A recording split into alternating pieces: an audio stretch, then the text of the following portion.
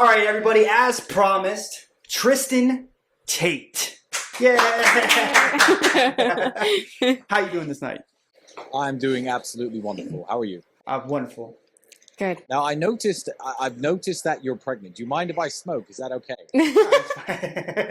I almost was like, yeah, sure. It's just wait for me. Yeah. She's actually just really gassy, and that's kind of how it blows No, up. I'm very pregnant. Oh, me? All right. No, I've been working out. I've been getting back to, when she got pregnant with our other child during COVID, they closed the gyms down, Yep. And That's I didn't his really, excuse. and I like playing basketball, and that was my reason I really went to the gym. And I kind of got a little big, so A little. No, I mean, you look in good shape. I was just trolling. yeah. I don't want to be painted as some sort of misogynist, God forbid. Oh, Yeah. no way. Not you. You think they would paint you as misogynist? You? Never in a million years. I don't know why that would ever happen. So I'll be completely honest.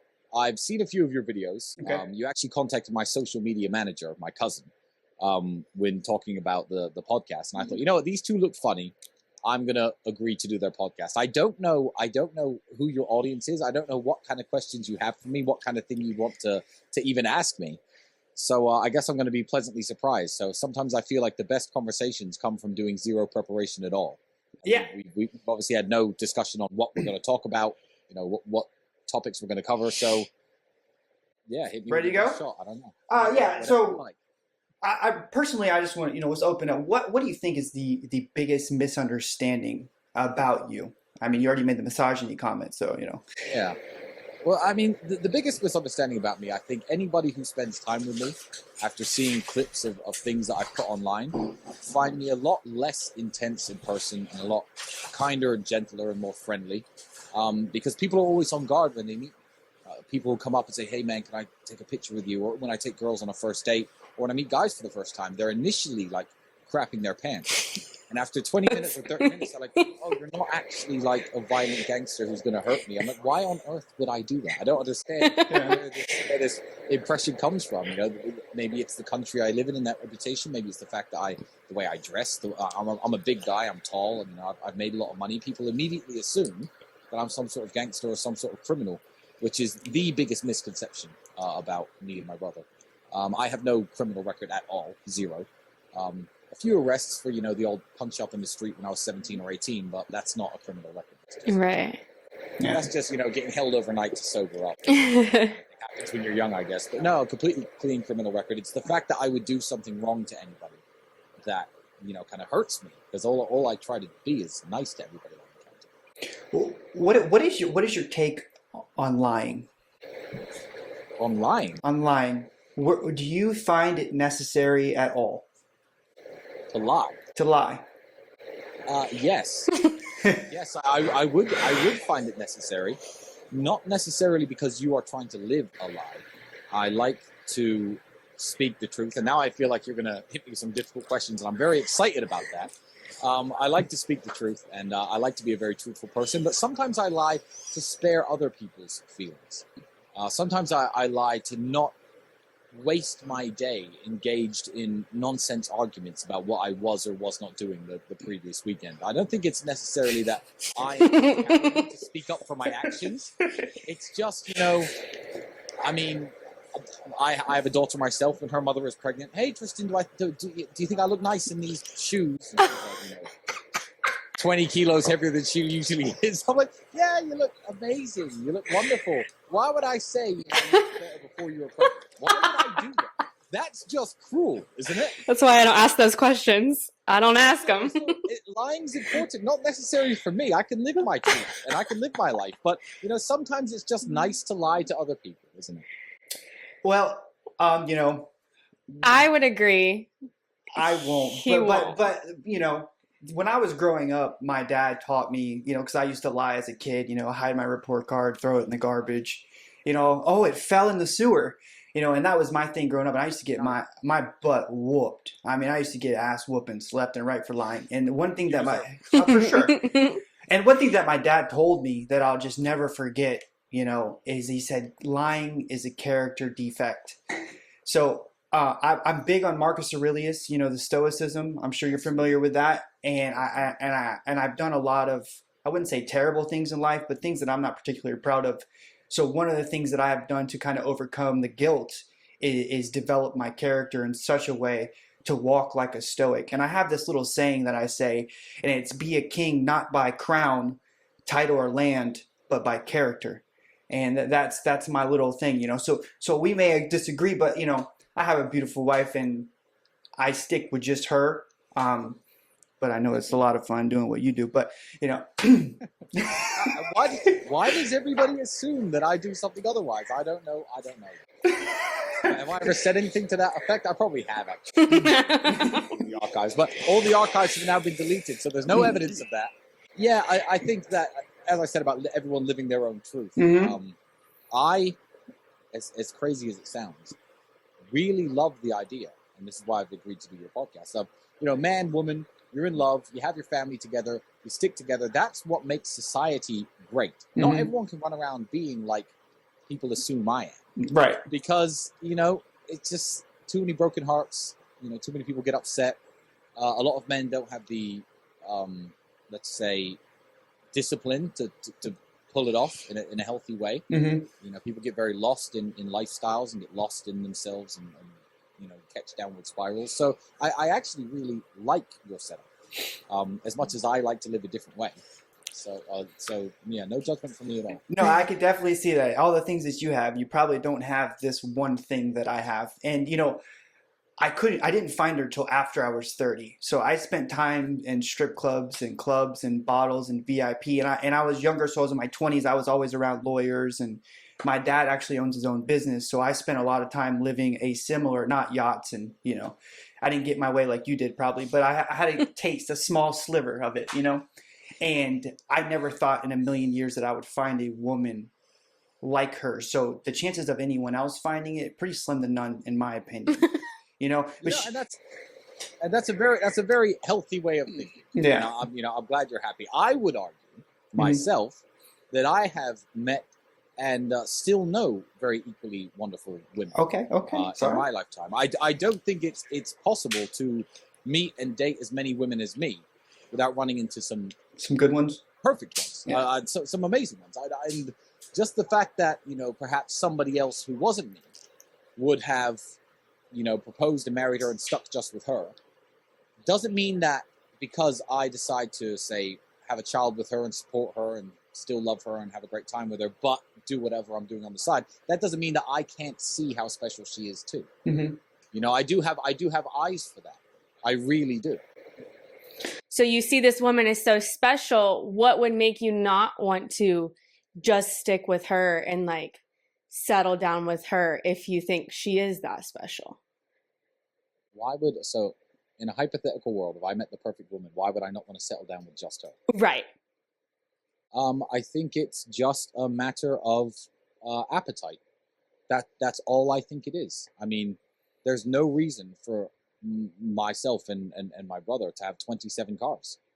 My Aston's perfect. It really is. And I love my Lamborghini and my Ferrari. Bugatti's a nightmare, but, you know, it's fun sometimes. And I hate to compare cars to women. No, I get it. But and I'm not even saying I'm a womanizer. Right. This is not the direction I saw this interview taking. Which is fine. I like being blindsided. But I just don't see why I would. I feel like back in a lot of traditional values have been eroded by modern society. And they've been eroded by modern society to the point so much where it's beyond the man's fault and beyond the woman's fault that the traditional marriage setup isn't necessarily possible. I mean, men used to be able to support his wife on a single job. The wife used to be able to stay home and raise the kids. Most of the time, and women hate me saying this, most of the time when you got a marriage between high-value, nice people, the woman was a virgin with no previous lovers, and there were certain things that the men and the women both brought to the table. I feel like modern society has twisted this all so much in a very violent way, where women, through no fault of their own, have perhaps run into their own men, run into the wrong men. You know, their body count's a bit higher than they'd like it to be. The man has worked his ass off, has a university degree, but can't run a household on his own. His wife needs to go to work as well. The traditional value setup is so near impossible to do. I'm like, well, if she's in Bucharest and I'm in Moscow, what am I going to do? You know, I've got to entertain myself for the weekend. Is it really going to erode relationship that much. Is she really going to love me any less? Am I going to love her less by doing it? You know, women. So it's a mutual thing then. No, it's not a mutual thing at all. No. 0%, and it never could be. But you know what? I can give you an example. I can give you an example. Whereas, so I don't believe that let's call it self-pleasure is a healthy habit for men. I tell young men to cut that out. Consuming any type of online content that assists that should be cut out. And I tell men I don't think that's a very good habit. Now, men can engage in sex with a woman, I believe, and feel zero emotions towards her. He can just essentially use her, but she can use him at the same time. Men can go for somewhere away from their wife for a weekend, sleep with a girl, and go home and feel nothing. Now, the only alternative to having sex with women is sitting there in front of your computer with your pants around your ankles, and I don't think that's a very healthy habit for men, one. Two, compared to what women get. Have you seen a woman's sex toy catalog ever in your life? Have you seen them? I've been They to are Fairvilla. as thick as dictionaries, listing all sorts of gadgets and gizmos and fucking space rocket shaped X, Y, and Z that can outcompete a man in every single way. And what? We're supposed to be stuck with this? No thanks. You know, if I need some entertainment on a weekend and I'm in a hotel room and I'm far away, you're going to be at home with your fucking whatever, you know, that you've ordered, your thing that can do things men even can't. So what am I going to do? Sit there with my pants around my ankles in front of my laptop with my dick in my hand? I think it's only fair that I get to experience some sex that may not be as good as it is with my wife at home, but you know, I don't see the harm in it. So yeah, I think it is mutual because women have fantastic sexual alternatives when they're men as well. Men simply don't. That is, I mean, it's true, and they can do things men can't. So. Yeah, so for me, you know, personally, I don't disagree with you at all. I think that there is no right or wrong, up or down, left or right way to go in life. But for me personally, you know, we just met, so let's get personal. I've had some run-in with drugs and alcohol, more drugs than alcohol. And so I learned a little bit about the mind and the neurobiology behind how we work and how the dopamine and all that stuff flows through us. And so I understand my drive and how to be successful. But I also look at the thing that you are looking at about how you splurge with these women and think of it as a drug. And I discipline you about discipline. You know, I think that it's a frame of discipline to not just to have sex with one partner and not, you know, succumb to the heroines of the world, if you will. You know what I mean? And that's just a personal thing for me. That's, of course. Yeah. Would it surprise you if I told you that I've never tried any type of drug ever in my life?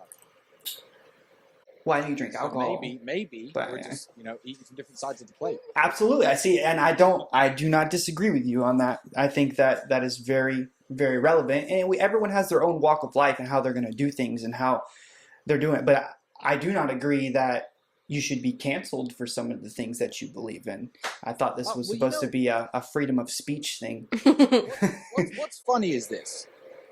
What's very funny is this. Nothing that I've been told I believe in, and nothing about the reasons why the cancel mob is after me, is actually true. I mean, stupid things like a joke about I wouldn't give my friend CPR because he's not a hot 10 out of 10 chick. I mean, that's just obviously a joke. That's obviously a joke. Right. I mean, that's so obviously not the truth that it's a joke, and that's the kind of reason I get it canceled. When anyone ever says to me, you know, you should stick with one woman, and you know, maybe you shouldn't, you know, be so much of a playboy, etc. You could switch that argument on its head because it's the cancel culture mob that say things like, oh, women are free to go around and do whatever they want, have sex with whoever they like to. And I'm like, okay, so what's wrong with them choosing to sleep with me? Because it's not, you know, it's not the men. Women are the gatekeepers. Unless you're some weird creep or a criminal or a rapist or some sort of, you know, deviant, women choose whether they have sex with you or not. So the fact that the same people who say women are free to have sex with whoever they want, and they have the complete freedom of choice and they can run around and jump into any bed they like, and you're not allowed to judge them for it. When I don't say I go and sleep with a lot of women, I say, well, women choose to jump into my bed. So is that not okay by you? These are the same cancel culture people who are after me. So in what universe does that make me the bad guy? I should be their hero. But I should be their champion, you know?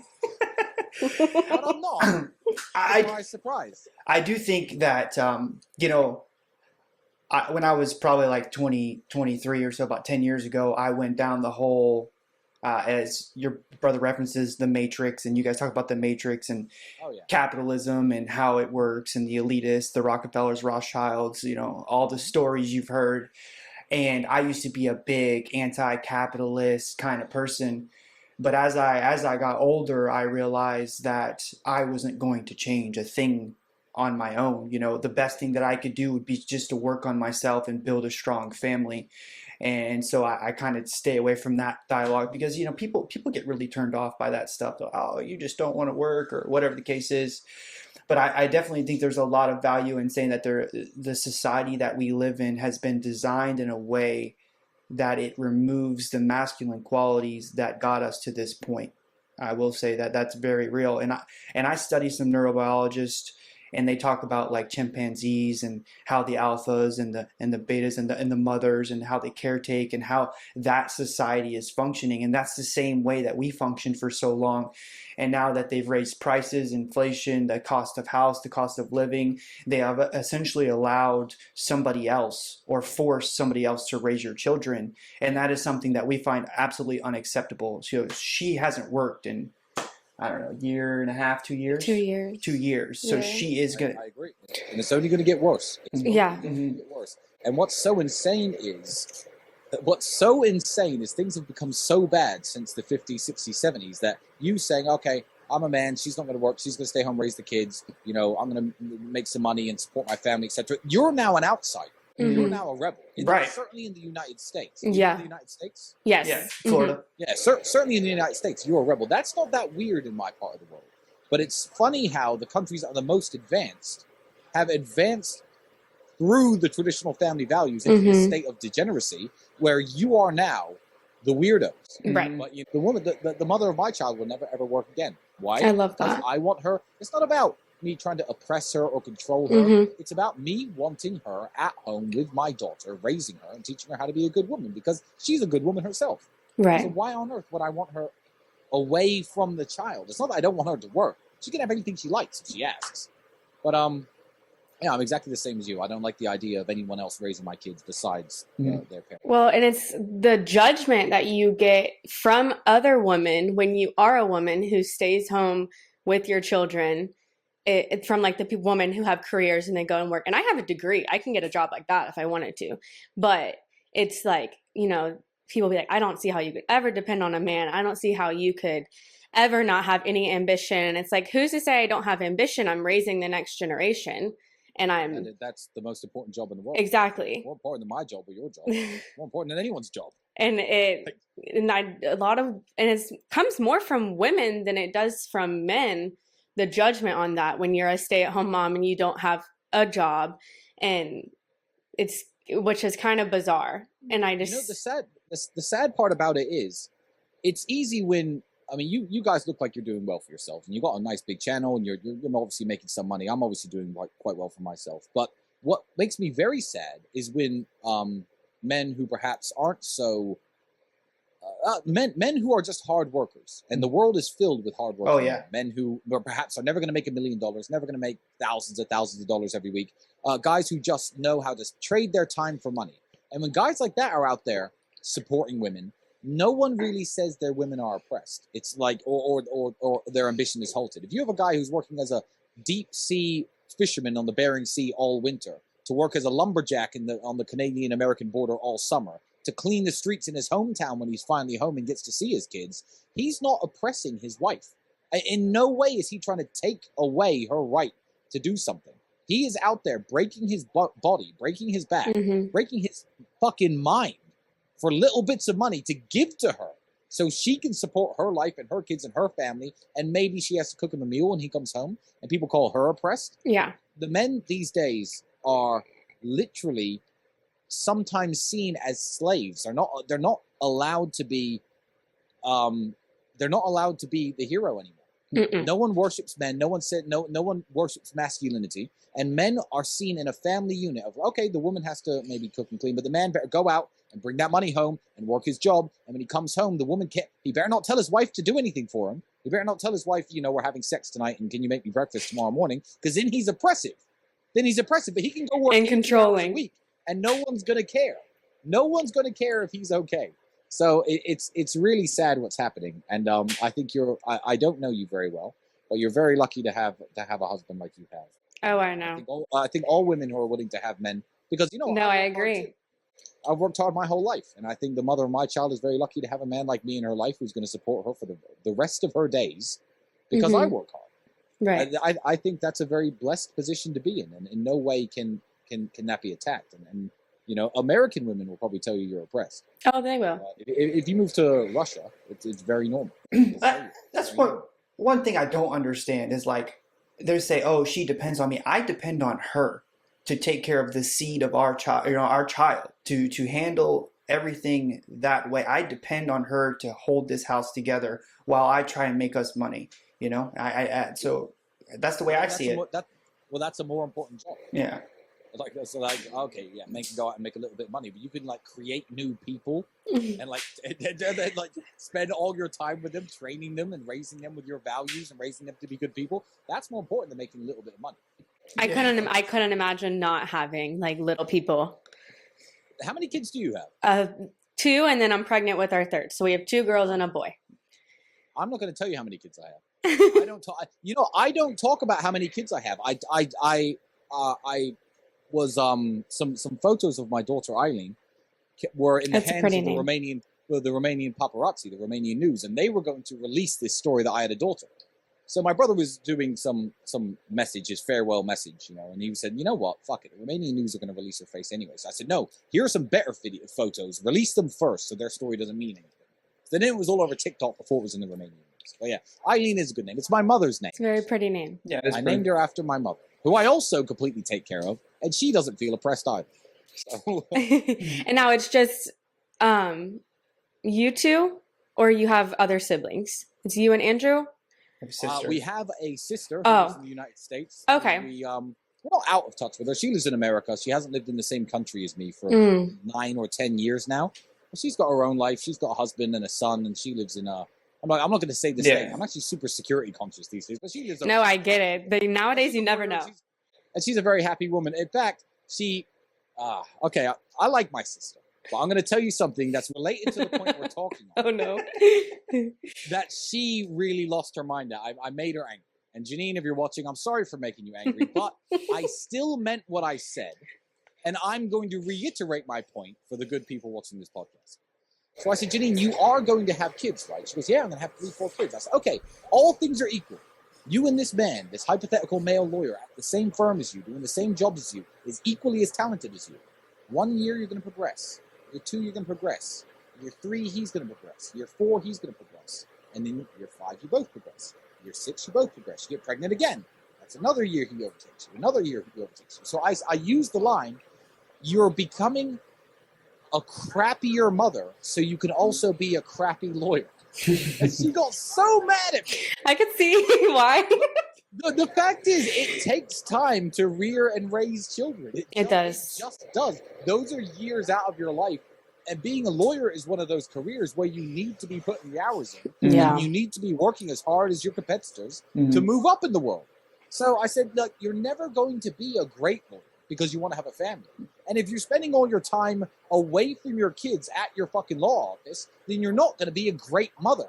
Why not just pick one and stick with it? Mm-hmm. She completely disagrees, and a lot of people watching this completely disagree. But, you go out there if you're a lawyer and you have 5 or 6 kids, good luck. And at the end of your career, let's see if you're, sitting on the Supreme Court. I don't know where lawyers end up. I don't know the American legal system. Normally it's like judge to Supreme Court. Yeah. Supreme Court. And it's just like, the reason men get there isn't about higher intellect. It isn't about, a better understanding of the law. It just takes time to have children. It's a real physical hardship on a woman's body and mind, and they can't concentrate on both at once. So I feel like women who chase careers and try to have a family are becoming mediocre versions of what they could be in their career to also be mediocre mothers. when they could just be great mothers instead, which is a very controversial opinion. Mm-hmm. But it's just the sad way that the world works. That's how human biology works.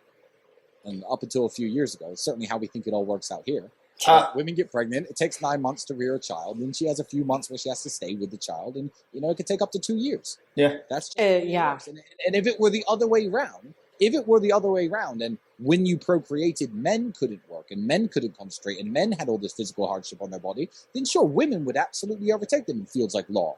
And fields that take the hours and the persistence and the time in the office. And, you'd have a lot more women CEOs, but you just won't ever have them because of that one biological fact, which is inescapable.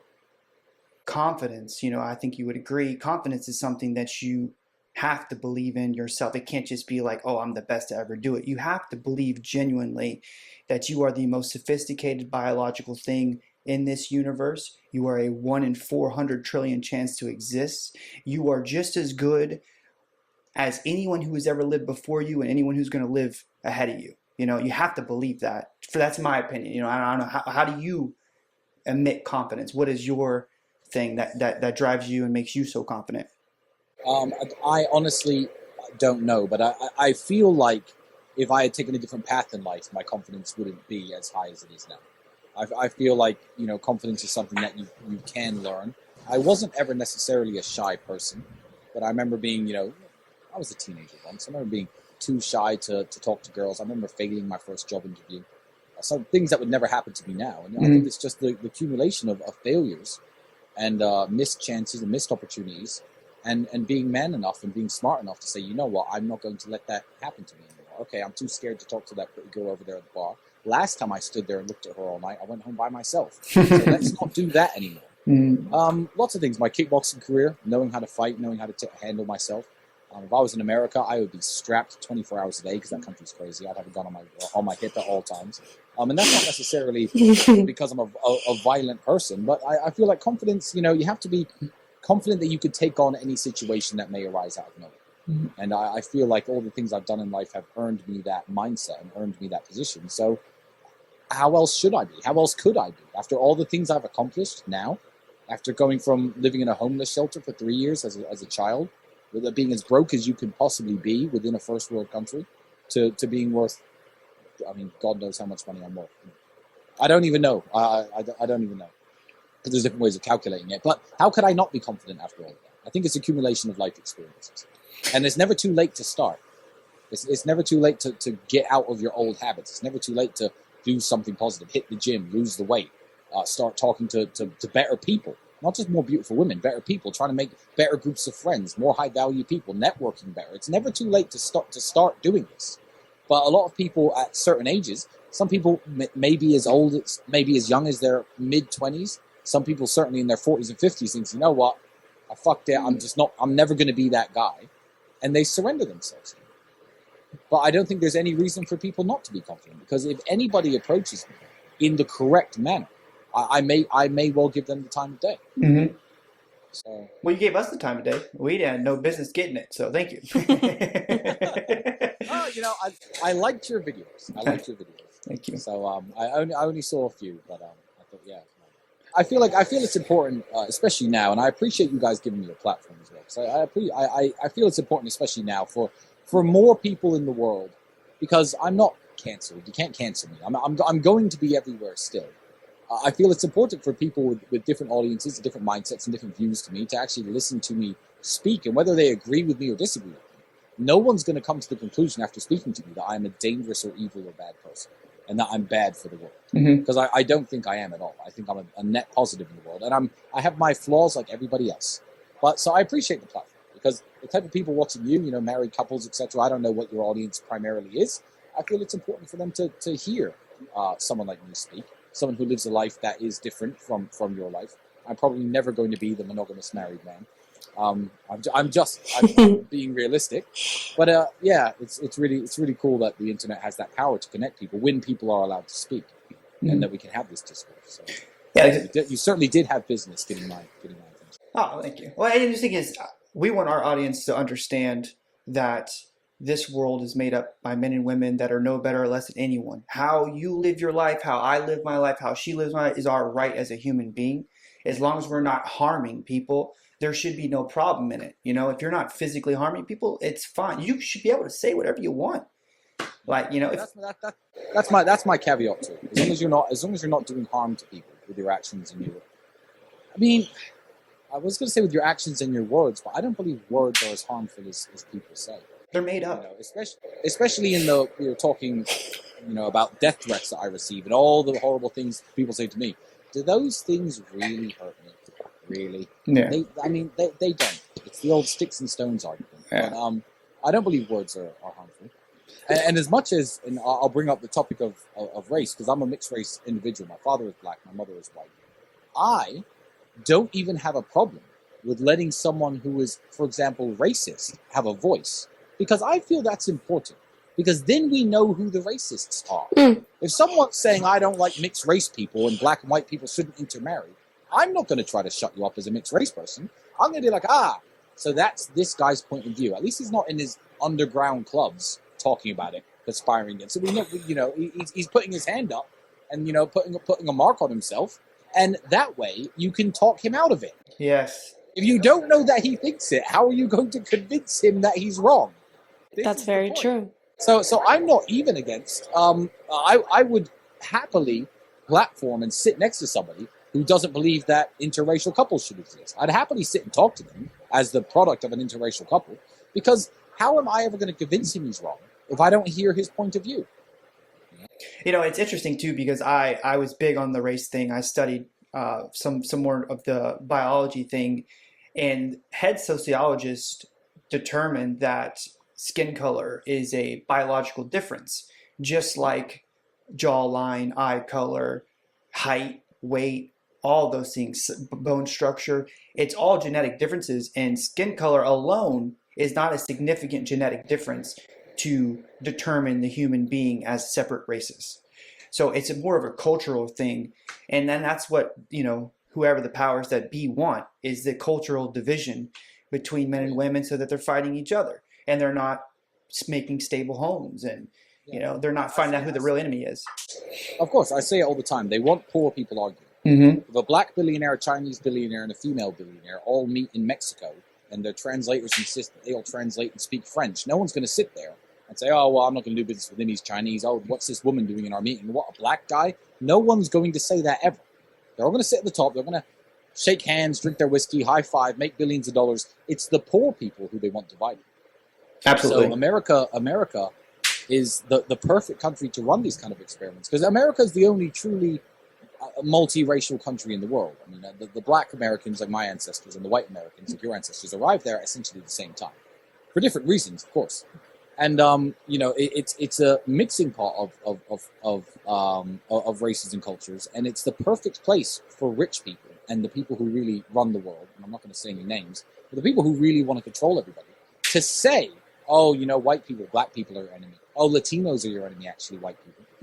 Koreans and Chinese people, they're out competing you in X, Y, and Z. And to keep the poor people fighting, it's very easy to do. You can't do that in a country like the Gambia, for example, which is the blackest country in the world, with 99.8% of people black. You can't convince Gambians that that the Mexicans are the enemy, because Gambia is an ethnically black country. And the one thing I like about Romania as well is Romanians don't mind their government taking the piss out of them a little bit, but every once in a while, and it's happened even in recent memory, they'll go and protest in the center and they'll kick their government out, because everyone's united behind one front. You can't turn Romanians against other Romanians. It doesn't really work. So I think that's a pretty sad thing about the United States, that the weakness that they see in us, as the son of an African American and as the ancestor of white Americans as well. I think it's such an easy distraction to throw at the lower classes and the working class people, and it just makes me sick that they get away with it all the time. They get away with it. They divide the populace, and it makes me genuinely upset. Yeah, I definitely do not like how divided we are. Especially, I don't watch CNN, Fox News. I don't watch any of it. I don't want to be involved in it. I don't want my brainwashed. And I just try to focus on, like I said, what's in front of me, my friends and family, and improving myself. And I think that's just the best way to go about life. So just to change the topic a little bit, how do you balance, the fun, the work, and being a father? What are some things that you do to, like, you're ever like, hey, this happens to me sometimes. I'm like, damn, I'm focused too much on this. Let me go play with the kids for a little bit. How do you feel about stuff like that? I feel the easiest way to answer that is, one, I don't sleep very much. So that's a life hack that I do. I sleep about 5-6 hours a night, which is less than the average person. That's why I have time to work out and do the things that I do. But one of the major factors behind it is I make sure that there's nothing that I do that I don't enjoy. I enjoy my work. I enjoy sitting in the office with my brother. I enjoy my nights out. I enjoy seeing my daughter. I enjoy training in the gym. Because I enjoy everything about my life, and even if it's stressful and even if it's tiring, I feel privileged that I'm allowed and able and in a position to be able to do those things, that I miss everything if I don't do enough of it. Nothing feels like an obligation in my life. Nothing feels like a burden. I'll never do anything I don't want to do. I don't sit here thinking, oh, I haven't seen Eileen in 3 days. Oh, I have to go see her. I like going to see her. Mm-hmm. Oh, I haven't been doing enough work. I better catch up with work. I like doing my work. So, when you enjoy everything you do, you're in a very privileged position. But even if your life isn't, I guess, as enjoyable as mine, people focus too much on the bad. People will go home every day from work thinking, "Oh, I don't want to see my wife today," and they'll argue with your wife. They'll argue with their wife, forgetting that they were once so in love that they decided to commit their entire lives to each other.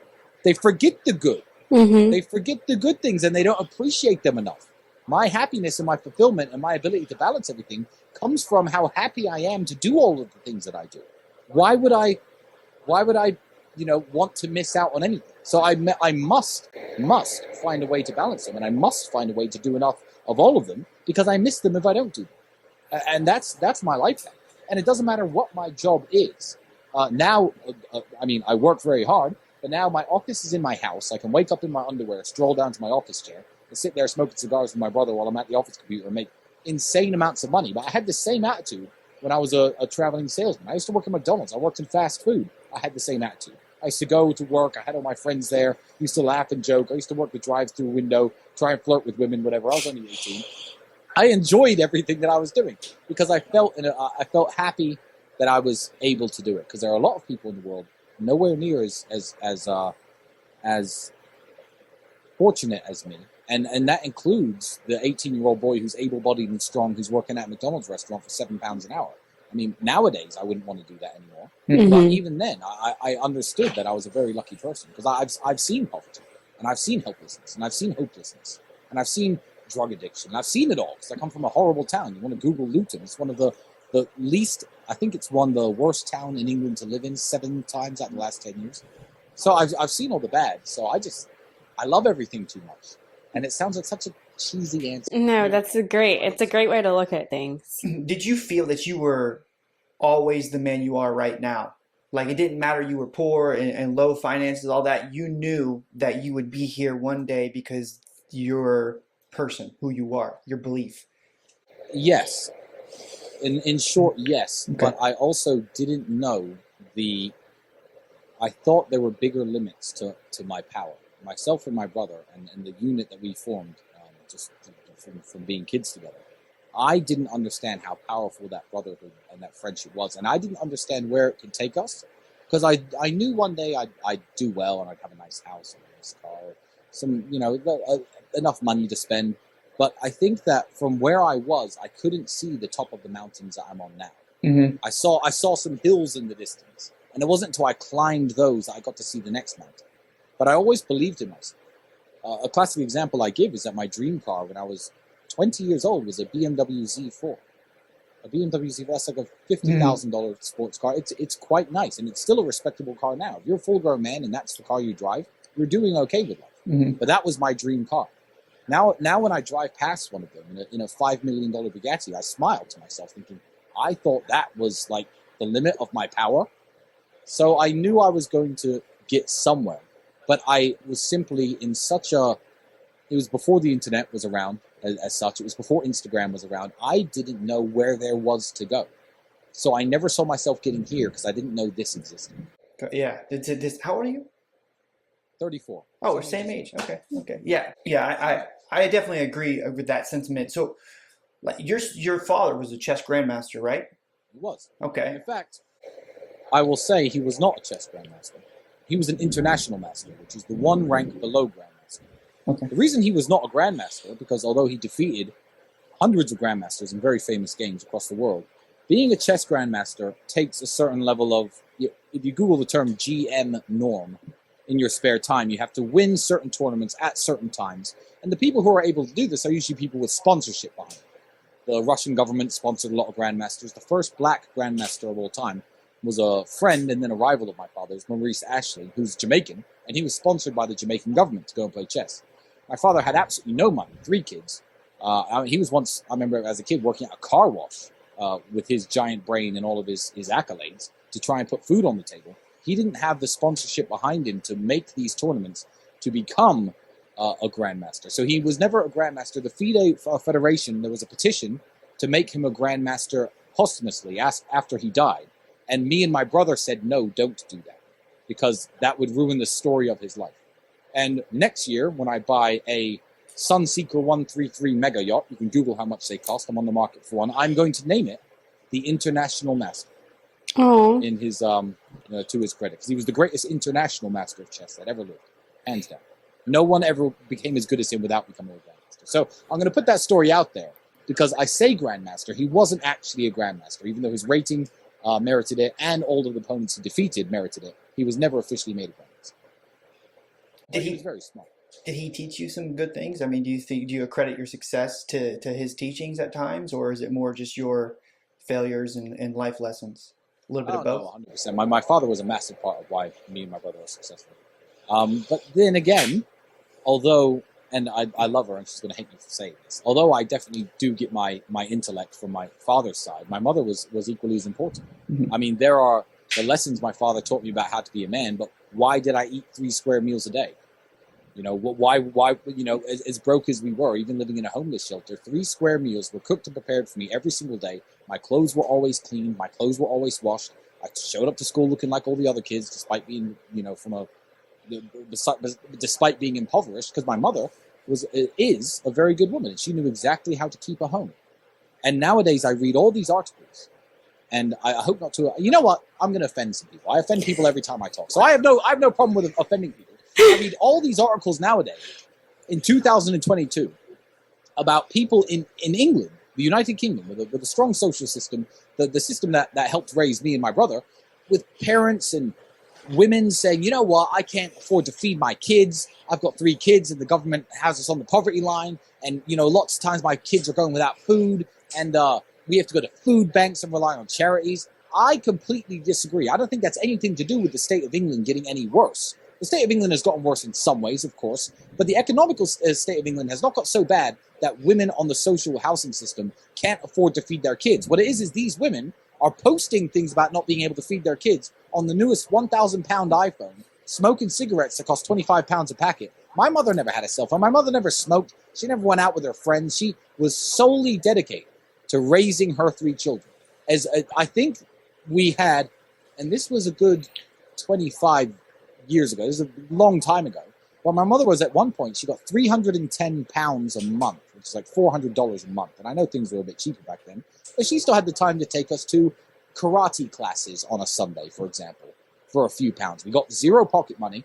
I couldn't even go in the fridge and eat something out of the fridge because my mother would be like, nope, that's for Thursday's dinner. That's how meticulously planned it was. And that's the importance of a mother. And that's the importance of someone who keeps a very good house. So I do feel that in a lot of interviews, I give a lot of credit to my father, and absolutely, he taught me how to be a man. He taught me a lot of the most important lessons I know in life. But why was I fed? Why were my clothes clean? The fact that I was taken to karate lessons every Sunday as an 8, 9, 10-year-old, and then I found kickboxing and became the European kickboxing champion, that's not my father's doing. I would say that was my mother's doing. So you don't have to be a chess grandmaster genius to have a positive impact on your children's lives. My mother was the backbone of our family. And, I love her. And now she flies around in private jets and can take any vacation anywhere in the world she likes. And I bought her a new car the other day, because she earned it. Right. She deserved this. This is what the social system in the United Kingdom is supposed to be for. The social system, a lot of Americans disagree with it. A lot of American kind of Republican capitalists. But a social system can work very well if it works properly. If you have a woman who is British with 3 British kids, who paid British taxes most of her teenage years and early life, suddenly find herself in a very hard situation.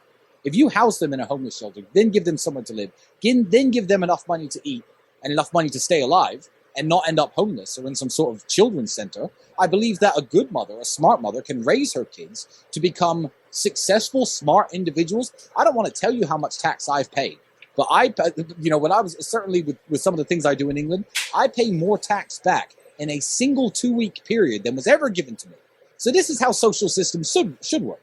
And they should be repaid in full by the kids who get raised to be responsible tax-paying citizens. And everyone should win. But social systems are abused. They're abused by people who don't want to work. They're abused by people who aren't necessarily from that country and not deserving of the taxpayers' money.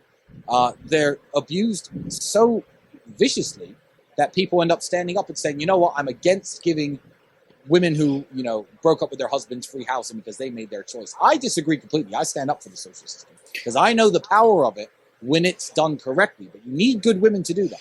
You don't need women chain smoking cigarettes and trying to feed their kids from McDonald's and running out of money because they are irresponsible because they're getting drunk every weekend.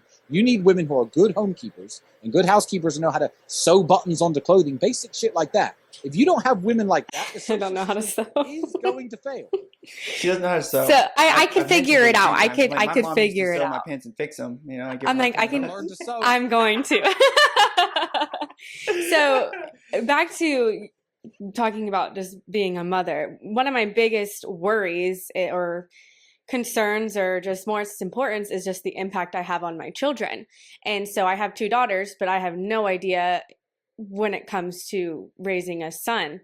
So what do you think is like the most important virtue or aspect or most important thing your mom taught or did for you as a man that I could help my son become successful? Or is that my place or is that his father's place? What, if you understand where I'm getting at. I would say maintain the healthiest relationship with his father that you can. Okay. And show his father respect and show him how women should treat men. And you, again, have to show him how men should treat women. I think that it's very, very important. So I think the best thing you can do is, mothers have done this for 250,000 years without fault, and it seemed to work so far now. You don't need to know how to be a man. You don't need to learn how to be masculine. You don't need to hold boxing pads for him and teach him how to throw his first punch. But you do have to create a home that's welcoming enough and nice enough that makes the father always think, you know what, I want to be home. I love being home. I love spending time with my kids. So he'll be around your son. So that's what I would say your role is. Pardon me for intruding, but you did ask. So what about Hustlers University? Because, I want to empower men and women in any way possible for financial freedom. And from what I've heard about Hustlers University is that it has a lot of good stuff in it. What can you tell us about that? Well, Hustlers University is actually a very simple program. It's very simple, but it would not have been possible to build without the network that myself and my brother had created for the 5 years running up to the launch of Hustlers University. It's essentially 18 millionaires who we verified as millionaires, and most we knew personally at the time. They were members of our war room. We invited and interviewed everybody, and we said, look, guys, I know you guys are rich. You're already rich, but I'm Tristan Tate, and my brother is, let's not say his name, but on your podcast. And we guarantee you that if we put this program together, it's going to do well. So all the professors get paid. They get paid a percentage of how big the company is. So what you have to understand is I had multi-millionaires for months working for $500 a week, working their asses off, teaching people their particular way of wealth creation. A stock trader, a crypto professional, an affiliate marketing guy, a guy who runs Amazon e-shops, and they were teaching people lessons for next to nothing. They had the faith in myself to help me launch this program. So all it is a very simple system. Right now, if you're a young man and you pick up your phone, how many millionaires are talking to you? How many millionaires are teaching you how to make money? How many millionaires are giving you business advice and lessons per day? 0 millionaires. Whereas if you join the Hustlers University, you will have 18. 18 millionaires teaching 18 different ways of modern wealth creation. And all the stuff that's been said about it, the program is still going absolutely wonderfully. It's still going very, very strong. The number of students is growing, month on month. It's surpassed what I thought the program would peak at, even after its first couple months. So it's a really wonderful program.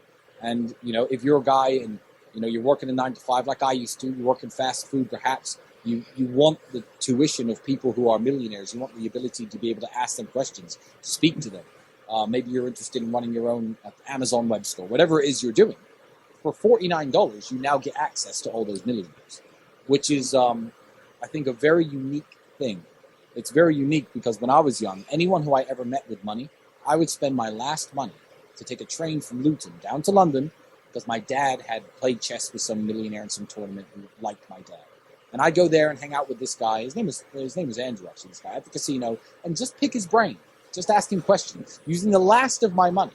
And I had to do it in a way that this guy didn't think I was trying to learn from him. I had to do it in a way that he thought I was just hanging out. Oh, let me buy you a drink. I spent my last £20 buying this man a drink, thinking, fucking hell, I'm not eating lunch for a week. And that's the reality that I live.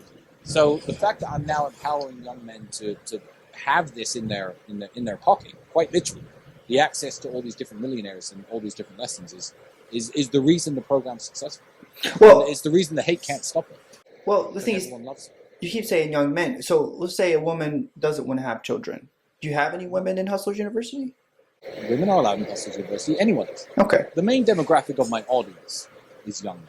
Therefore, the main demographic in the Hustlers University program are young men. And also, young men are the ones who I feel like in this society, there's a big burden for performance. Mm-hmm. Nice. So as I've listened to you throughout this podcast, one thing that I think that you would agree on, based on the stories you told me, that life is essentially a game of position.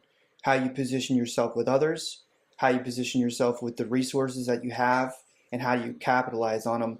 Almost like in a game of poker, it doesn't matter what hand you get, you have to play it to the best of your ability and position yourself in a way to succeed. And I think that young men and women in our society lack the ability to position themselves.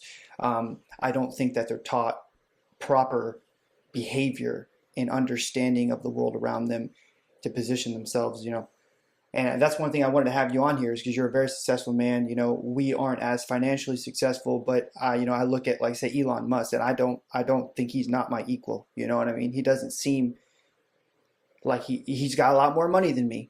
A couple pennies or two. But I feel like, I have a same strategic mind in positioning myself on social media with my wife and my family and the success that we've gained. And I think that that's one thing that I want to bring to the table with this podcast is bring in men and women like yourself that know about positioning themselves and growing. You were brought up about the women smoking cigarettes and drinking and not being able to feed their kids. If you are in the United States of America and you can't find food, you are not very creative. There's expiring food available every gas station on the corner. Papa John's has extra pizzas it throws away at 10 o'clock at night. You can find it. And if you're not finding it, yeah, I did too. So, I've been down a little low before. And I think that you can succeed in this country a lot easier than in other places. But, it's about positioning. Yeah, and it's not just positioning. It's also, your poker analogy was a very good one. Because I think what's lacking also in people, men and women, is the lack of ability to even see the cards in their hand. Mm-hmm. Some people will have aces up their sleeve and have no idea. Throw them away, fold their hand. And some people will have a 7 and a 2 off suit while the whole draw is kings and queens. They'll think, yeah, I'm the man. I'm the man anyway. A big example I give is smoking cigars, because lots of young men, and you guys, if you're watching, stop doing this. They take photos of themselves. They're 18, cigar in their mouth, selfie, put it. They upload it to Instagram. They tag me, and they're like, look, I'm like Tristan Tate. And I'm like, you think the cigar makes me me? Like, in what universe are you living that you think putting a cigar in your face makes you me? I didn't smoke my first tobacco product till I was 28 years old. And you got 19-year-olds stuffing cigars in their face saying, I'm like Tristan Tate. These are people with a complete lack of understanding of the cards they actually have in their hand. They've got nothing. And they're betting big, trying to show off on Instagram, trying to like rub shoulders with me. I'm like, in what universe am I going to message you? Yeah, bro, you're so cool. Yeah. Like 0% chance, less than 0% chance. So yeah, it's not just about playing the hand you're dealt. It's about looking at your cards and knowing what the fuck you have in the first place. Where some people with everything going for themselves. I saw a guy the other day in Dubai, and my friend Justin, I was with Justin, and we saw this guy walking, and we said, you know what, that guy has wasted his genetics. He was about 30 years old, 6'7", wide shoulders, really skinny, no muscle, hot belly, not a beer belly, it's a hot belly from never doing a single day's physical training in his life, hunchback. And I thought, can you imagine if this guy just, did a bit of boxing or football practice or weightlifting his whole life? Can you imagine what a more imposing person he'd be? Put him in a nice suit. He's 6'6", big, terrifying guy. I mean, not even terrifying, but imposing. Certainly, he'd walk into the room and people would be like, yeah, that's a guy I want to talk to. But he's wasted his hand. He spent his whole life sitting there playing video games. He's got this hunched up. He'd walk into the room and nobody will notice, as giant as he was. Maybe he was 6'7". He was a tall dude. So yeah, a lot of guys can't even identify what cards are in. And that's the saddest part. And that's something I try to help young men with as well. Some guys, oh, how can I be like you? And truthfully, not everyone can be like me. But then I can't be like them. That's the magic of being human. Everybody's different, and everybody has different potentials. But I believe anyone can make a wonderful life for themselves, especially if you're fortunate enough to be born in a first or second world country. Absolutely. There are people, the only true wasted potential in the world exists right now in third world countries where people who could be, our greatest doctors and inventors don't get the chance at having an education. That's the true wasted potential of the world. If you're in the first world and you're sitting around wasting your life and you want to complain on the internet or complain to me or complain to you, you can't get a wife, you can't have a family, you can't make some money. You get whose fault is that but your own? And you're completely correct. It's nobody's. Yeah, somebody's. It has to be some accountability, I take blame for everything that fails in my life, even if it's not my fault. There's something. There's an analogy, another one that my father gave me. He's like, if you're sitting at a red light and you get rear-ended, that's your fault. And I was like, why? He said, you're supposed to be looking in your rearview mirror. You're supposed to move out of the way. You're supposed to be aware. Every 10 seconds you look in that rearview mirror, And I got in a motorcycle accident like 10 years after that. A lady pulled out, ran a light, hit me. That's my fault. My headlight was pointing at the ground a little bit. She might not have seen me. I should have known that there's a possibility she's going to pull out. I should have been aware. And obviously people are like, oh, it's not your fault. Everything's your fault. Everything. This was a female driver, right? Listen. It's so funny because it was the details of your story. I'm not insinuating. It was an 18-year-old female. Okay. And it's funny, it's like, I don't find myself to misogynist or sexist or anything. And I've always wanted to touch on this because I remember there was an interview with XQC trying to say that these statistics, women are safe drivers for the most part. They're very conservative in how they drive. They also hold up traffic and they get in my way. If I'm in the fast lane and I'm speeding, you should get out of the way. I'm passing. Well, here's the funny thing. Whenever I found myself in this debate, because I've always said I believe men are better drivers. I've said that, and I'll say it again. And I'll say it for, until the day I die, because I personally believe that. I do too. If someone thinks I'm wrong, if someone thinks women are better drivers, good for them. They're allowed to think I'm wrong. That's the whole point. But when I say better drivers, everyone comes at me with accident statistics. Oh, well, crashes and insurance companies and blah, blah, blah. But there's a statistic that they haven't thought about. And I'm going to bless this podcast. It's the first time I've spoken about this publicly. When I say they are better drivers, it is widely acknowledged that Lewis Hamilton is the best driver in the world. Correct? Why? He's the Formula One world champion. He wins all the Formula One races. He's the best driver in the world. Now, does Lewis Hamilton crash more than the average man or woman on the street? Yeah, well, yeah, he does because he's a Formula One driver. But the point of being a good driver is the ability to excel at driving. Now, did you also know that Formula One, the premier racing league in the entire world, has no male and female section. It is a mixed male and female sport. And of the 700, but please correct me if I'm wrong, anyone who's watching this, of the 771 Formula One drivers in the entire history of the sport, 5 have been men, and the rest have been men. So there's a statistic.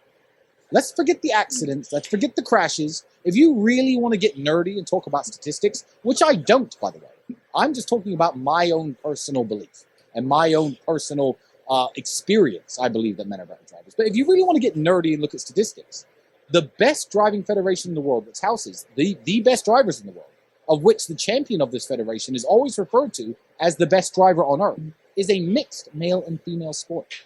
771 drivers, 5 women. So there's a statistic right now that should shut a lot of people up. I mean, I can't talk because I've totaled 2 cars, so. Yeah, I will also say this as well.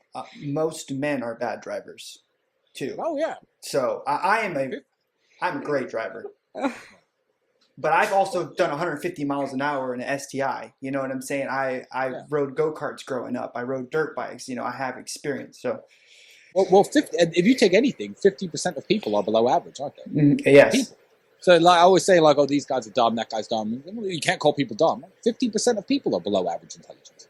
That's the way intelligence works. That's the way driving ability works. 50% of all people are below average drivers. I've seen men do stupid things on the road. I've seen women do stupid things on the road.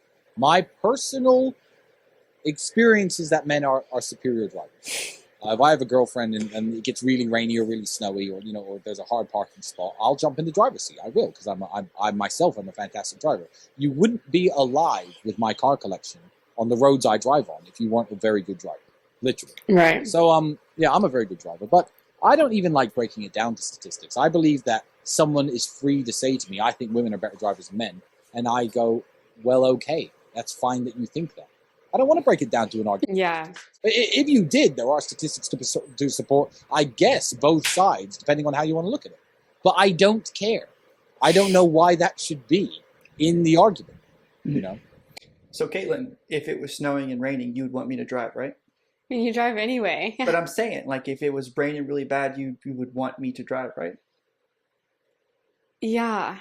Yeah, I know. Yeah, I could see the yes on the edge of her tongue. She doesn't want to say. But I'll say our car has this thing, like it has like if you get too close, it'll brake for you. I never set that off, and he sets it off all the time. Well, because it's dumb. I can get close to a car and get in. I can do it. I know what I'm capable of. That system is built for the same reason speed limits exist. They're not built for the people. It's not built for the people who are wonderful drivers. It's built for women. Some of my cars have collision warnings, and when I'm driving fast, the collision warning goes off all the time. Beep, beep, beep. Yeah. The Mercedes S63 AMG has a great computer system. It believes if you're coming up too fast behind a vehicle that is driving too slow, it believes you're going to hit it. Right. I will drive that car around town, and the collision warning will go off 10 times. Have I ever crashed it? No. So that system is built for the people who are the lowest common denominator. If you're actually good at driving, that system can go off as much as you want. Yes. I totally agree. Yeah. So, but if someone were to say, they believe women are better drivers, I don't think that they should be canceled from you. Yeah, I think this goes back to the things you're saying about words. People need to raise their children to not put so much emotional value on words. You need to take things for what they are and get the job done. So, someone dying, you don't think about a joke. And name calling and it's the whole sticks and stones may break my bones thing. I totally agree, 100%. We made these words up. We made them up. The people that made them up didn't even have the internet. You know what I mean? They don't know what's going on. They just made up a dialogue. And how you use it can be however you use it. But people need to stop putting so much emotional weight on those words that you say. That's another person's opinion. It should not affect you this much. You need to work on your self-control. That's the way I see it. I think Jordan Peterson, I don't know if you know who he is or not, he was also one that was taken off Twitter because he expressed his opinion about a very valid thing. I don't want to get into it too much, but it's tough. Isn't that sad that we can't even talk about it now? Yeah. So going back to what you said you don't have a university degree, but you are obviously a very successful man. So do you think that college is necessary then to become successful? Like, no. Right. To become financially successful, intelligence is, but an education isn't. My father used to say you can buy an education, but you cannot buy intelligence. I don't know how many. Like, my brother's not a big reader. He's a consumer of he understands world politics, history very, very well. But he's not a big reader of books. I guess am more so than my brother. But it's not that I stopped learning at 16. You have to understand that some of the most educated people in the world have no letters after their name. Right. There are people who you've never heard of, who have probably no money, or they may be very, very wealthy, who have left school at 15, 16, like I did, and educated themselves. They don't have a university's stamp of approval, but when you speak to them, you know this is a man who knows the way the world works, and this is a man with a vast understanding of any topic I engage him in conversation on. Now, that's my education. I believe that education is a very big part of becoming successful in any field, but that isn't necessarily education that you get from university.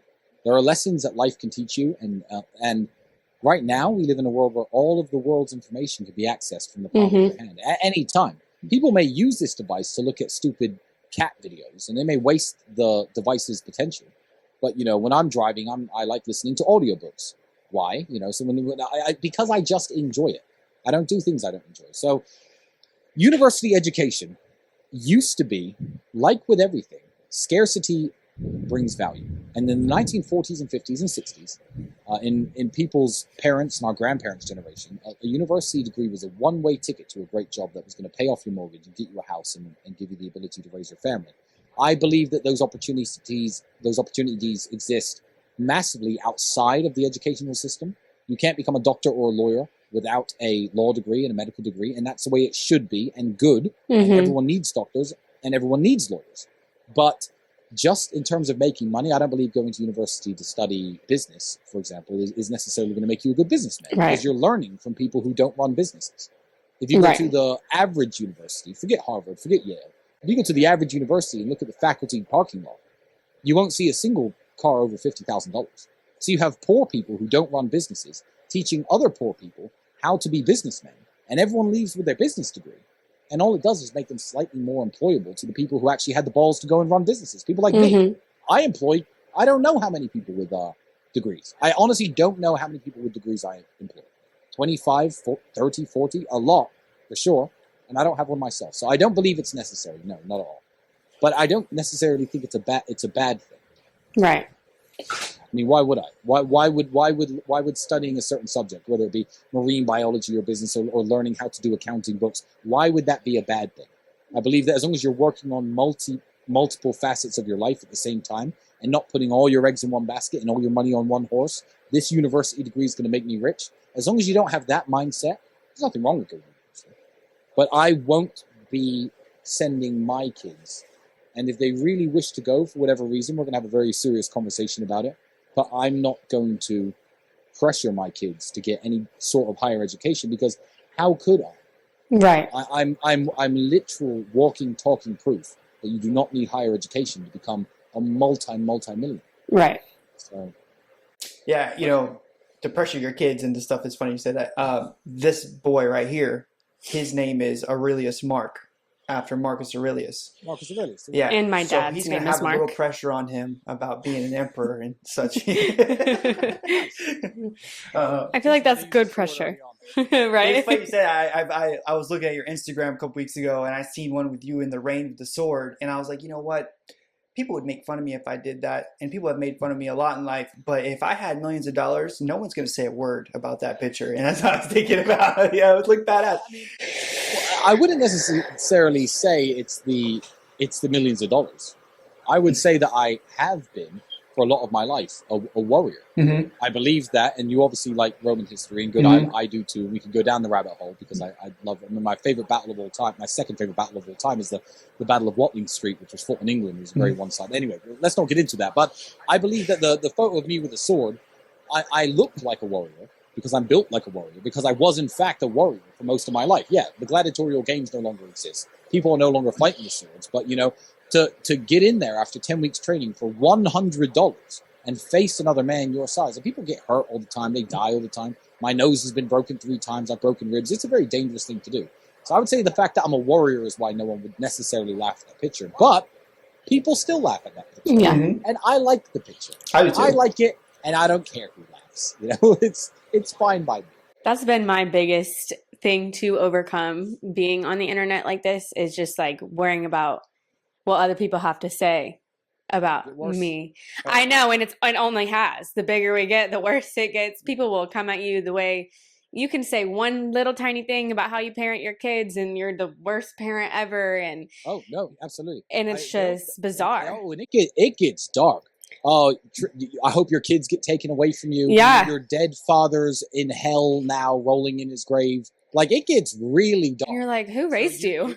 If you're gonna do this, you need to develop the thick skin. You need to, but for sure, it's good because the more popular you get, the less it means. There was probably a time, maybe 10 years ago, where if someone wrote something on my comment section, I had 2,000 followers, maybe 8 years ago, 2,000 followers or 1,000 followers, and people would write aggressive things on my comment section. Oh, you think you're all this and that because you just bought a nice car, fuck you. And I'd engage with them. And I'd be like, well, actually, you do get over it very quickly, and you will get over it very quickly, especially given the size of your channel, because the volume of hate, especially after having someone like me, you're going to get hundreds of messages. You can't read them all. I don't look at the comment section on my pictures. People think I'm going to spend 25 minutes of my day typing out a really long, really aggressive message that's going to upset Tristan Tate. What they don't understand is I will never read their message. I've just stolen 25 minutes of their life that they will never get back. And the message will never be read. There will be other people in my comment section arguing with that person, telling them that they're wrong. I don't need to engage. right? And, as the hate comes in faster and thicker and you realize that none of it does any damage to you, it's just easily brush it off. I don't care what people say. And people say the worst shit in the world. Oh my God, yeah. Yeah. Though, Everyone's especially, brave online. yeah, the ones who don't have the profile picture too. Oh, of course. It's them. They'll be like, "I hope your baby dies." You're like, "What the fuck?" Yeah, exactly. Like, But let me tell you why those messages are a compliment. So this is going to fuck with you. So let's say, I hope your baby dies, because I've had that one. So you might get that one. So the fact that there's this old adage, it's better to be feared than respected. And I don't necessarily agree with that, but I like, the idea that no one has ever said these things to my face is a testament to who I am. People fear me. People are not going to come up to myself and my brother. I'm 6'4", he's 6'3". We're big men. I'm 110 kilograms. No one's going to come up to me and say, "Hey man, I hope your baby dies." That's never going to happen in a million years. So when it comes from an anonymous profile that they've newly created, they've gone out of their way to spend their time and their energy to stay anonymous, to make sure I don't know who they are, to say it, I don't read the message. I read the profile. I'm like, you fear me. This is good. I don't care that you don't respect me. You've just complimented me by making this new profile, deleting all the activity on the account, not following anyone besides me so I don't find out who your family members are. You fear me to the point where you don't want to say anything negative. If there's a chance, I'll find out who you are. Thanks for the compliment. And I won't even reply, but it will make me smile. So those messages are a compliment if you know where to look. You have to read between the lines. right. That's a good way to look at it. I agree. I like that for sure. Because sometimes it used to eat me up. Yeah. Now it doesn't near as much. Because like you said, like it comes more, but now I'm and you get the attention. You're like, I don't need whatever. And all they want is a reply. Yes. All they want is they want you to keep going. So it's going to bother you a lot less, and you're probably going to get some for having me on this podcast. But I'm going to ask you a question because you're this is the first, I guess, episode of your live interview podcast. I'm flattered to be on as a guest. I have questions for you that I could answer myself, but I'm curious on your take. Oh, yeah. You have daughters, and you live. Which city do you live in? No, you can't tell us. State? Florida. Florida. Okay, you live in Florida in the United States. Now, I hang out in Florida in the United States. What is, to put this in a very polite way, what is your strategy to prevent the negative aspects of Florida culture from infecting your kids? We have obviously been blessed with a position to where we can raise our children. We are very selective on their school. Adeline is 4 years old, and she's in STEM based. Yeah, she's in a science, technology, engineering based, very prestigious Right. preschool for VPK, but we're still honestly even deciding if we want to do public school because that's where the corruption comes into play most of the time anyway, especially in America. Right. But I guess we really haven't had the opportunity to deal with that because they're so young. You know Yeah. what I mean? And when I think about it, I'm like, oh my God, like when they become teenagers, what am I going to do? But my parents are still together. They're great. Everything I am is because of them. So a lot of what they have taught me and everything really instills in my children. Obviously, I put a twist on it because there's some things I'm like, why'd you do that? I'm not going to do that with my kids. But when it comes to my girls, I just worry so much about like them focusing on boys, for example, instead of like just being a good person and being a good woman and all of that. But I think that the main thing I'm going to try to do is just be the example myself, because how else are they going to learn? I can tell them all I want to be like this, but if I'm like something else, they're going to be like, well, why would I be like this? Because you're not. Children do as you do. Sometimes I take advantage of how like much I am in my kids' life. Like we're there when they wake up, when they go to sleep, they hardly ever see anyone else. Like we're the most influential people in their life, and it's rare. And we do have the roles in our family. You know what I'm saying? She's the caregiver. She takes care of, like, I change diapers on a rare occasion type thing. You know what I'm saying? Just when she can't or she's out of the house. You know, I'm always in my room, you know, trying to grow our thing, you know, and she's the one that's in there wiping their nose and taking care of them. And you know what? And I believe that's a very healthy way to raise a family. I myself, I will say this publicly, I have never changed a diaper. And I plan to have more kids, and I don't plan to ever.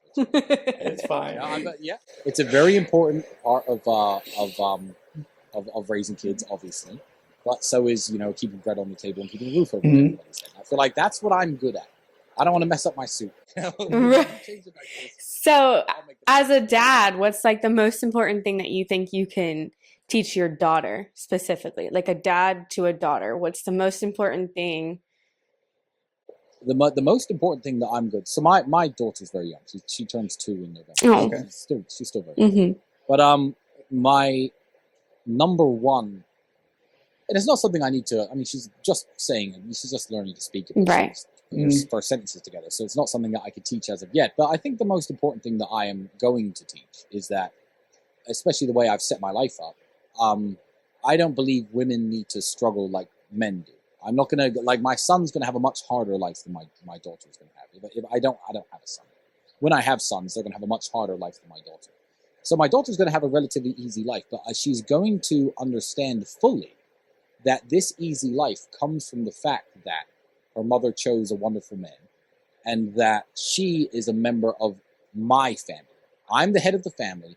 I'm the man. I make the money. I pay the bills. I buy you shoes and bags and whatever it is you want when you're a teenage girl. That's me, and I'm happy to do that because you are a member of my family. I will teach my daughters that when they're looking at prospective boyfriends, people say, oh, you're going to lock your daughters up and not let them. No. Look, I'm not some sort of weirdo. I'm going to teach them that in their lives, as they look at prospective boyfriends, they need to think, is my quality of life going to change if I leave my dad's family and join this guy's family and create one with him? He's now going to be the head of the household. He's now going to be the alpha and the omega. He's going to be the write that down. Yeah. He's going to be the man who takes care of me. Do I think this man is up to the job my dad has done? Because if my daughter at 18 years of age wants to run away with some hippie musician who, you know, has nothing going for him and isn't even talented because she thinks that's going to be a great life for her, fine. You're allowed to date that hippie musician. But if you come to me because you want a new pair of shoes or a new bag, no. Sorry, you've made your choice. You're now not a member of the Tate family. You're now with this guy. This is the guy you've chosen. So he's the guy who has to take care of you. So I think that's the number one lesson that I have to instill in my daughters. It's all good because I am dad. This guy's going to be the dad of your kids. Fucking look carefully at this man before you go running away with him or getting married to him or, you know. Yeah.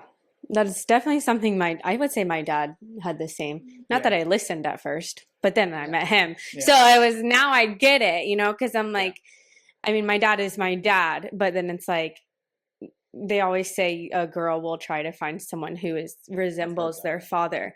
And very much so. And the way he takes care of me and protects me and all that, but also in the way, like, he'll say something and I'm like, God, I'm like married to my dad. But yeah, that's definitely. Yeah, no, I think that's a very important lesson to teach. I think that when young girls don't have a father figure, they talk always about girls with daddy issues. They hate their father for whatever reason. They don't have a good father figure. Their father was mean or cruel to them. Anything's better, I'm going to make sure that life's always better when you're in this household, and when the burden of performance on whoever takes you away from this household is going to be very, very high, because I will cut them off. Mm-hmm. I am that guy. Yeah. Oh, you want to date that cool guy? Cool. Oh, Dad, me and my boyfriend, we can't pay the rent. His album hasn't done very well. Have fun. Sorry. Good luck. Have fun staying poor. I don't know what to say. I told you. I warned you. You shouldn't be dating that guy. So that's what I'm going to teach. I think that's the number one lesson. I guess a father could teach her mother, along with very basic things. Treat her mother with respect. Right. Bring her mother flowers. Take her nice places. Let her understand that women should be made happy by the men that they choose. But this is very basic stuff. Right. Don't beat their mother up. I mean, and you brought up the you don't want women struggling like men. I kind of agree, because women struggle in their own way with pregnancy, postpartum depression, raising children, the strain. They're in a constant state of stress because they're trying to, one, take care of the household, feed, give me food, make sure I'm okay, take care of the kids, change the diapers, clean the babies. All that stuff is like, I don't want that job. I don't want that job, Of course. Of course. And I believe, and it's good that you guys are making money, because I as a father think that having money is very important to raising daughters. And I'm not going to say exactly what my experiences in life were that taught me this, but I know fully well from the way the world works, from growing up in my poor, horrible, crappy town, to being at the circles I'm at now, to seeing how other millionaires' daughters behave.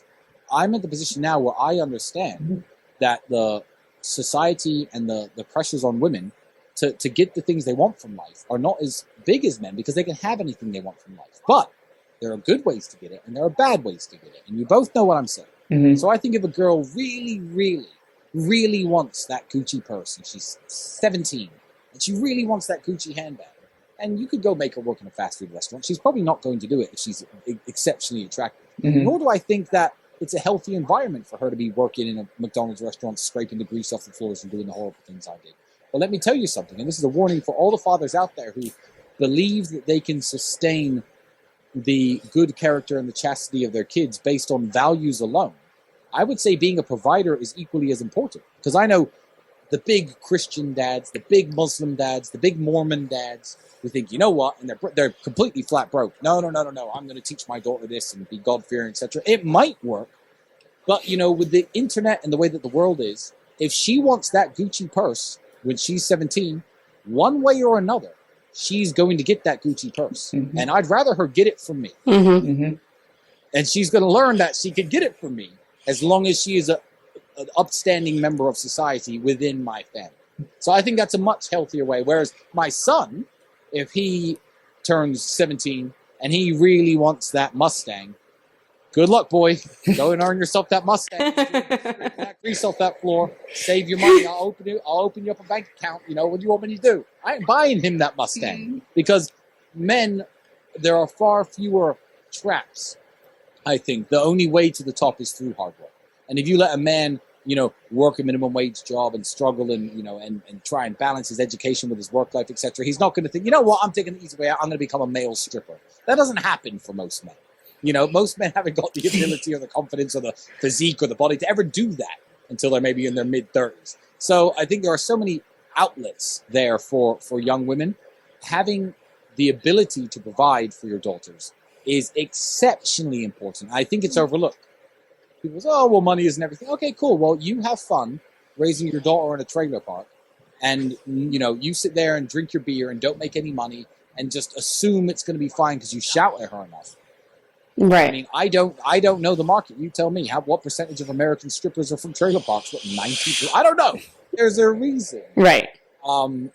Why I think financial success is important for men, and it goes beyond buying myself the nicest cars and the nicest suits. It goes with providing the people I care about with a life where they don't have to make any stupid or bad decisions. I would say I agree. It's not about having money. It's about having the resources available. That's one way to look at it, because everyone will say, oh, it's all about money. No, it's not about money. It's about the resources that money provides for us to be more than we are supposed to be at times. It just gives us an opportunity to be more than the average person. And that's what I think that our children need to understand. Let me ask you this, though. Anything you like. How are you gonna tell your daughter you would let your daughter have a partner with multiple men or multiple women? You would be okay with that? I will, hand on my heart, say that I would much rather my daughter be loved by a man like me and marry a man like me who has his fun on the side, has his unimportant women, if I know, because I'll be able to tell if my daughter is actually the one. I believe, and you can disagree, which is fine. Yeah. I believe that if a man loves a woman with all of his heart and wants to make a family with her and cares about her and will provide for her entire life, and the only thing she has to tolerate, because, with everybody you pair yourself with, there are things that you don't love 100% of every characteristic about a single person. There are things about my brother I dislike, and I live with the guy. And that's just the way it is. I believe that if the things that she has to tolerate for being provided for, loved, cared about, living in a big house, is he's busy sometimes and he travels because he's a businessman, and while he's traveling in wherever, Russia or Miami, he might have a little bit of fun. I believe that's a far smaller cross to bear than the women who try to sustain what I would call broken men. And I believe that the world is filled with broken men. And there are really strong women out there who, do the whole, I'm going to be loyal to this man and love him and give him everything I can. And he's lazy, arrogant, never going to make anything of himself, never going to provide her with a life that's worth living. And on top of that, will probably cheat on her anyway. I would, hand on my heart, say to the man, if my daughter brought someone like me home, look, man, don't get caught, don't make her sad, or I'm going to make some fucking phone calls. Don't get caught and don't make her sad. You see that smile on her face? Keep that smile there. As long as that smile's there, I'm not going to fucking put my spies and my agents on you and watch what you're doing. It's cool. So yeah, I really do mean that when I say that. And people can think I'm lying. I don't. Why would I? I don't think you're lying. Because if I really thought that, there'd have to be some internal dislike of myself and my own character. And I don't have any of that. And I live unapologetically, and I don't believe I'm a bad person. There would have to be some sort of self-loathing going on beneath the surface for me to say, no, my daughter's not allowed to meet people like me. No, I really believe that people like me can make a woman or women incredibly happy. And, if you have to understand that women are the gatekeepers, as I was saying earlier. So it's not that this man will somehow trick my daughter into being with me. I believe that women are very smart. I really do. And I believe women know deep down in their hearts, if they're with a man like me, just not to check his phone. If they're happy and they're smiling and life's great, and I stopped checking phones a long time ago. and they're smiling all the time, why look in his phone? And women are smart enough to know that. And if my daughter makes that decision, I really, because she is my daughter, so she's going to be smart, I hope. I don't believe it's going to come from a position of pure ignorance, where this guy's somehow tricking her.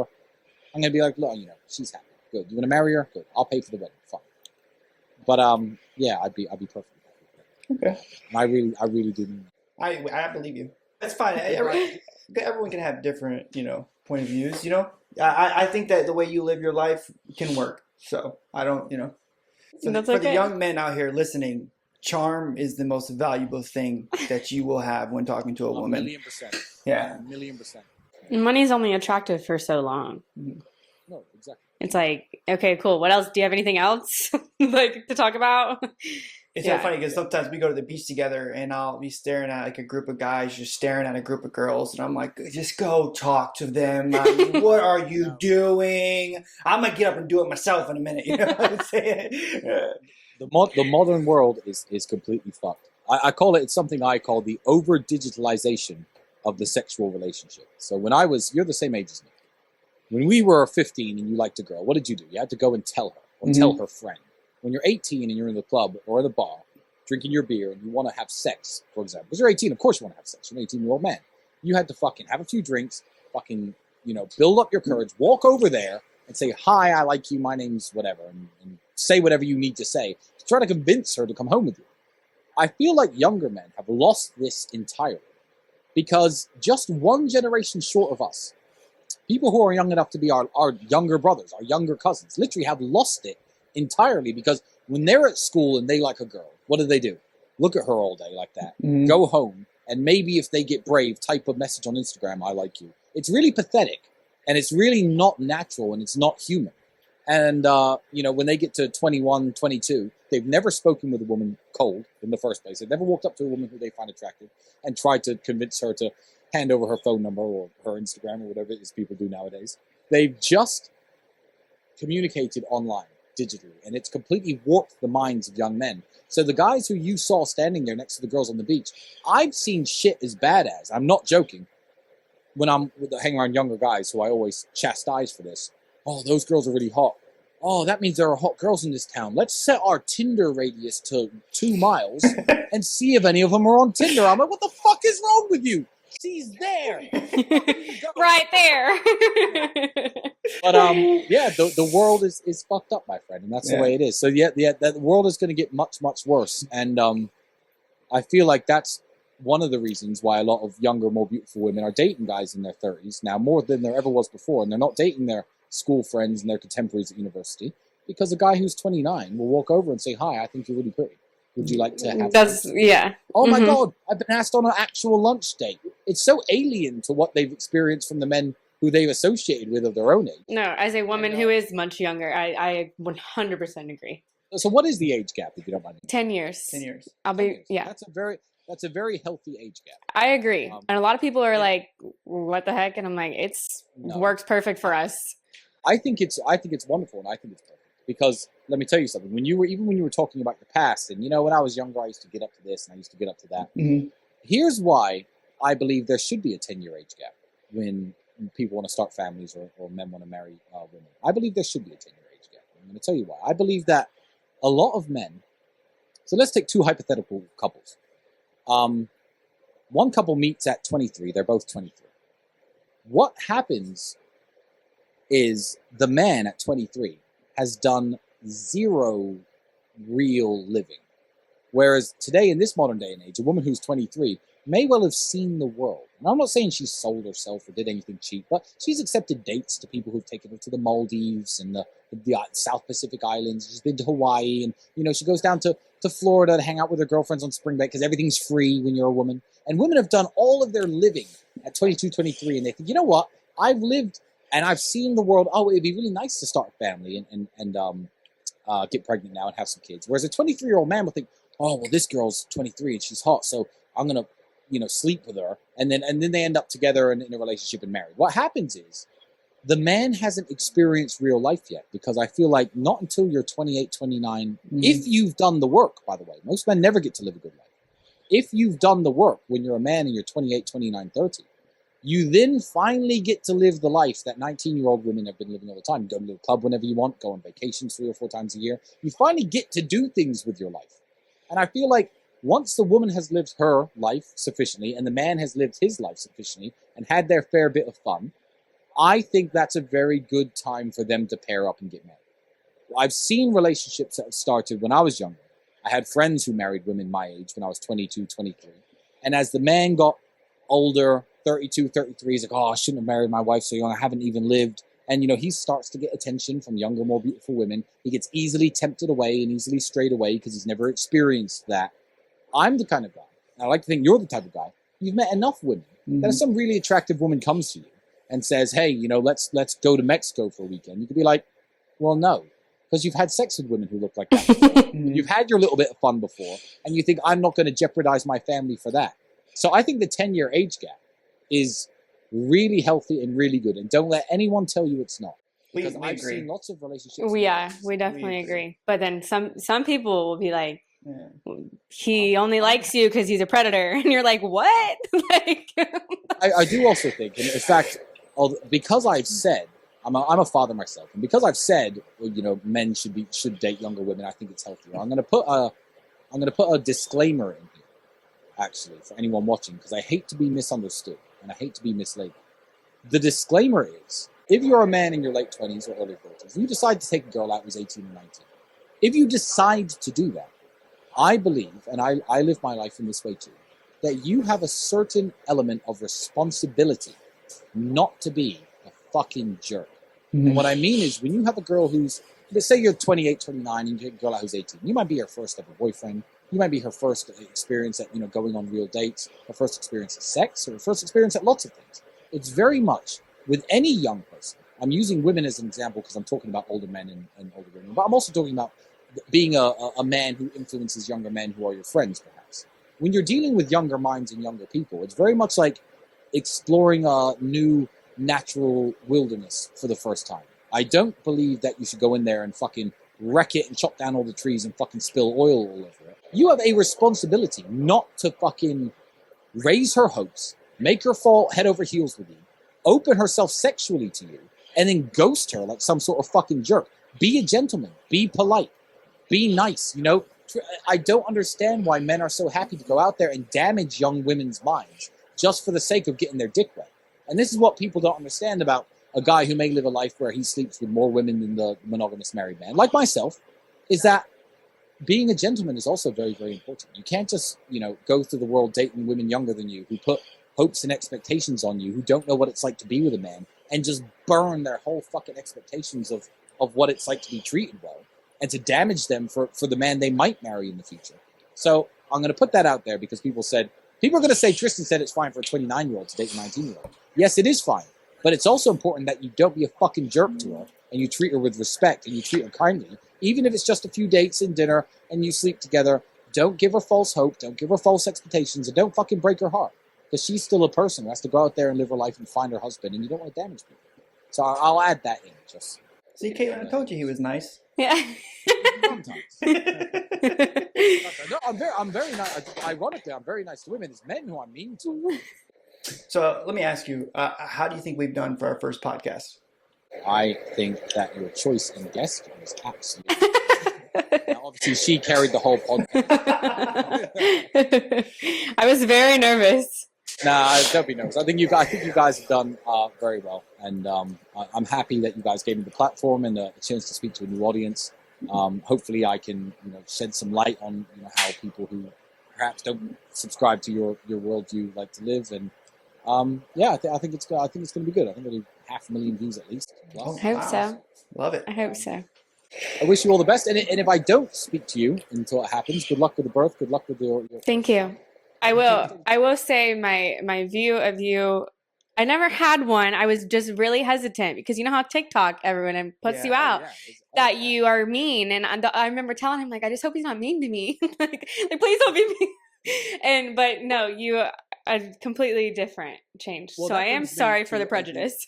That brings us all the way around to exactly the first thing I said about the internet and lies and my reputation and what people think about me. I told you, people think I'm a bad, negative person because they've read a bad article about me, they've seen a bad TikTok, badly edited. I think anyone who sits down and speaks with me is always pleasantly surprised, and I'm glad that that's the impression you got from me as well. For sure. Yeah, we really appreciate this.